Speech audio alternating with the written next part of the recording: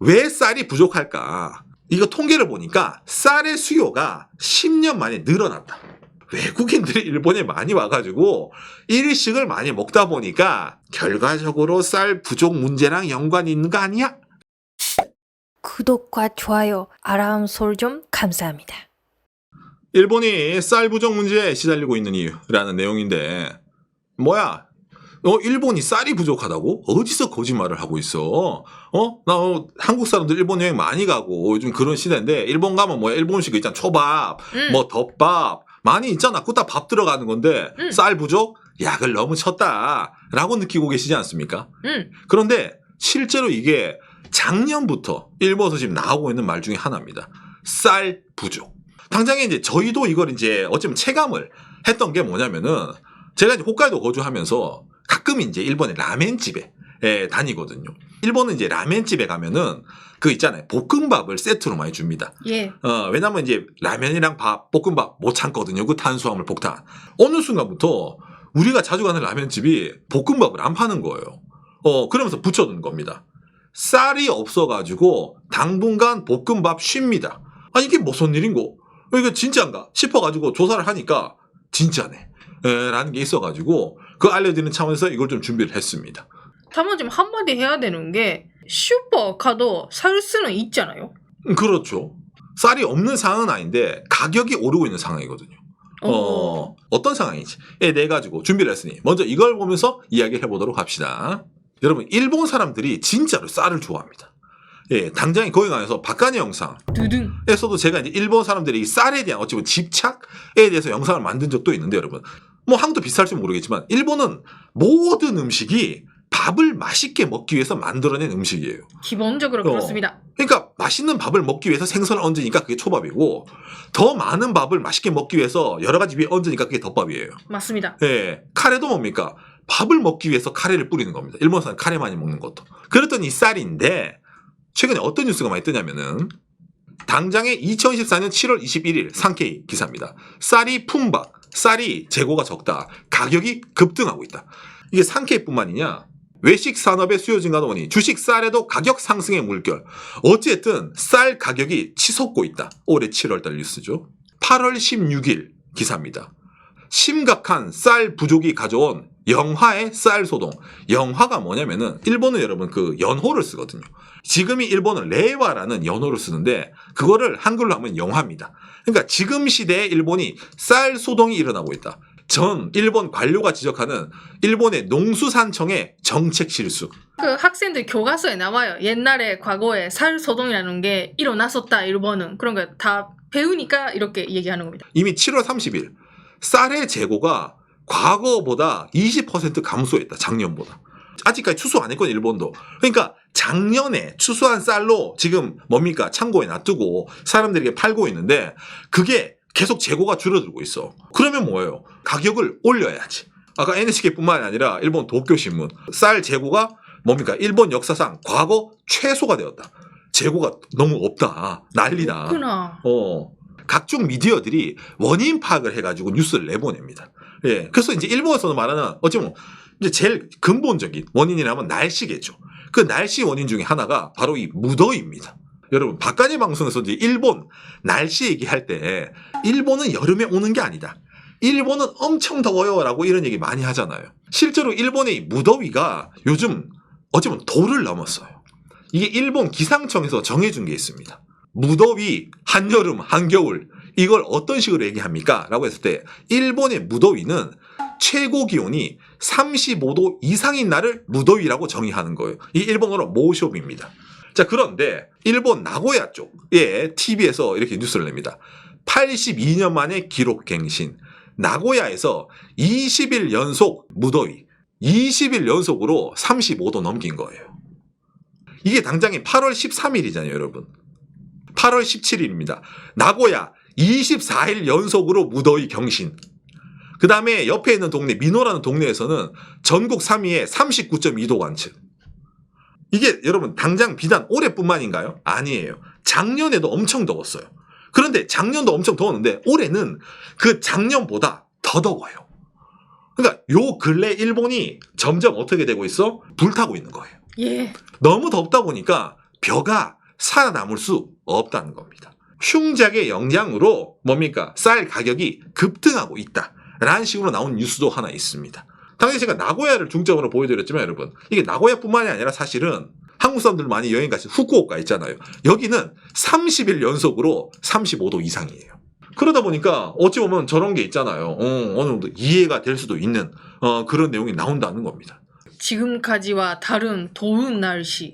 그러니까 이걸 왜 지금 이렇게 더 호들갑을 내냐면은 올해는 더 더워요.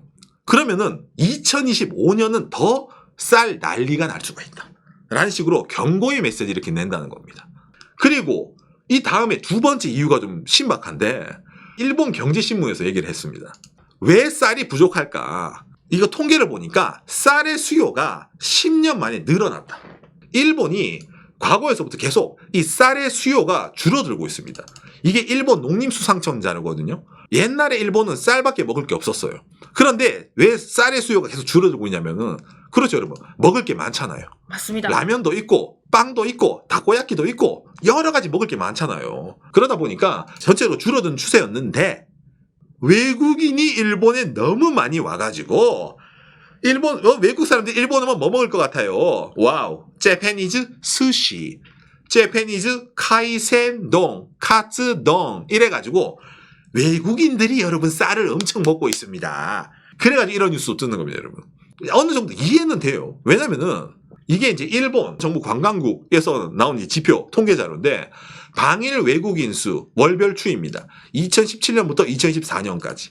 위에 있는 주황색이 올해 2024년인데 올해가 역대급으로 매달 외국인들이 많이 오고 있어요. 와. 당장에 이게 NHK 뉴스 6월 방일 외국인 여행자 313만 명으로 과거 최다, 상반기도 최다. 일본 사람들은 옛날보다 쌀을 적게 먹어서 무슨 쌀 부족, 먹을 것도 많은데 라고 했는데 외국인들이 일본에 많이 와가지고 일식을 많이 먹다 보니까 결과적으로 쌀 부족 문제랑 연관이 있는 거 아니야? 라고 말하는 이런 미디어도 생긴다는 겁니다. 약간 좀 이게 잘못 들으면은 저 인간들 저것도 외국인 탓하네. 지들이 관광 오라 할 때 언제고 이제 쌀 부족인데 쌀 부족한 건 외국인 때문이다? 하하, 지정신이 아니구만. 이렇게 느끼잖아요. 맞아. 네, 저도 솔직히 이렇게 느낍니다. 일본 사람들 먹는 양이 줄어들었어. 외국인분 많이 먹어주신다. 오히려 좋은 게 아니에요? 이게 어느 정도 적당히 올 때는 일본 사람들도 잘 안 먹는 쌀을 외국인들에게 흔히 말하는 짬 처리할 수 있어서 좋았는데 너무 많이 오니까 우리 먹을 것도 없다. 약간 이런 식으로 있잖아요. 예, 나오는 것도 좀 있다는 겁니다. 예, 뭐든 다르고 다르죠. 예. 그런데 이런 식으로 뭐 어쩌면 날씨 탓, 그다음에 뭐 외국인 탓 나오는데, 근데 이게 사실은 어찌 보면 이제 명확한 원인이 될 수는 없습니다. 뭐냐면은 아까 이 기사 요미우리 TV에서 지적한 기사죠. 일본의 농림수산청의 실수, 흔히 말 일본 정부기관이 실수를 했다는 거예요. 정책적으로 뭔가. 어떤 실수라고 했을 때 이게 2011년도 기사입니다. 쌀 수요 최초의 700만 톤을 넘지 못했다. 농수성이 2022년 전망. 즉 뭐다? 일본 사람들은 지금 먹을 게 많이 있다 보니까 앞으로 쌀을 소비를 많이 안 할 것 같아.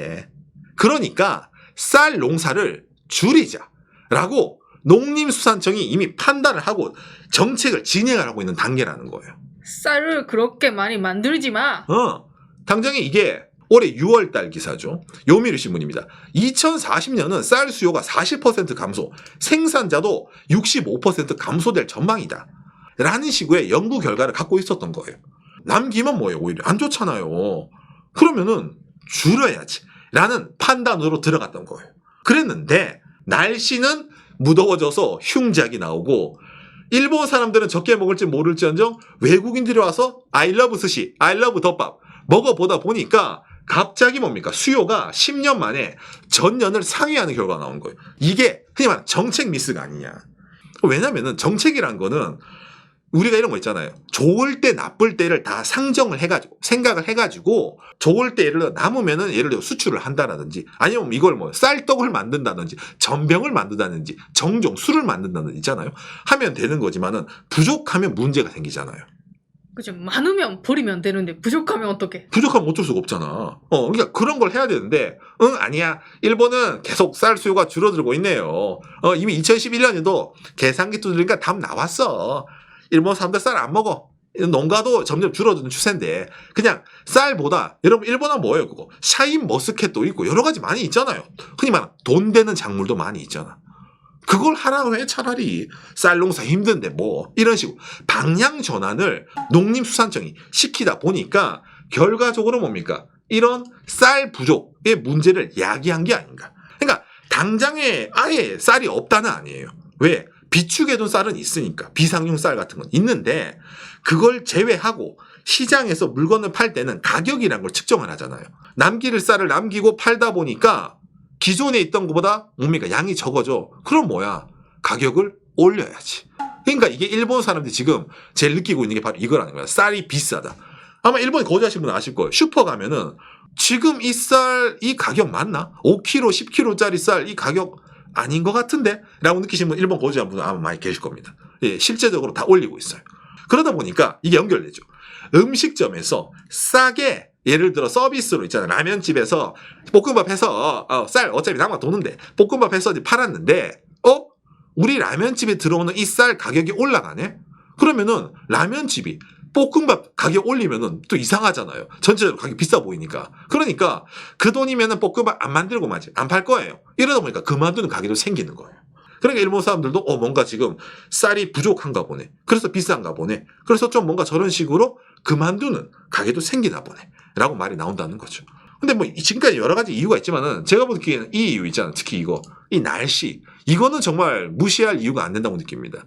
당장에 아까 기사도 나왔잖아요. 여러분 82년 만에 기록갱신입니다.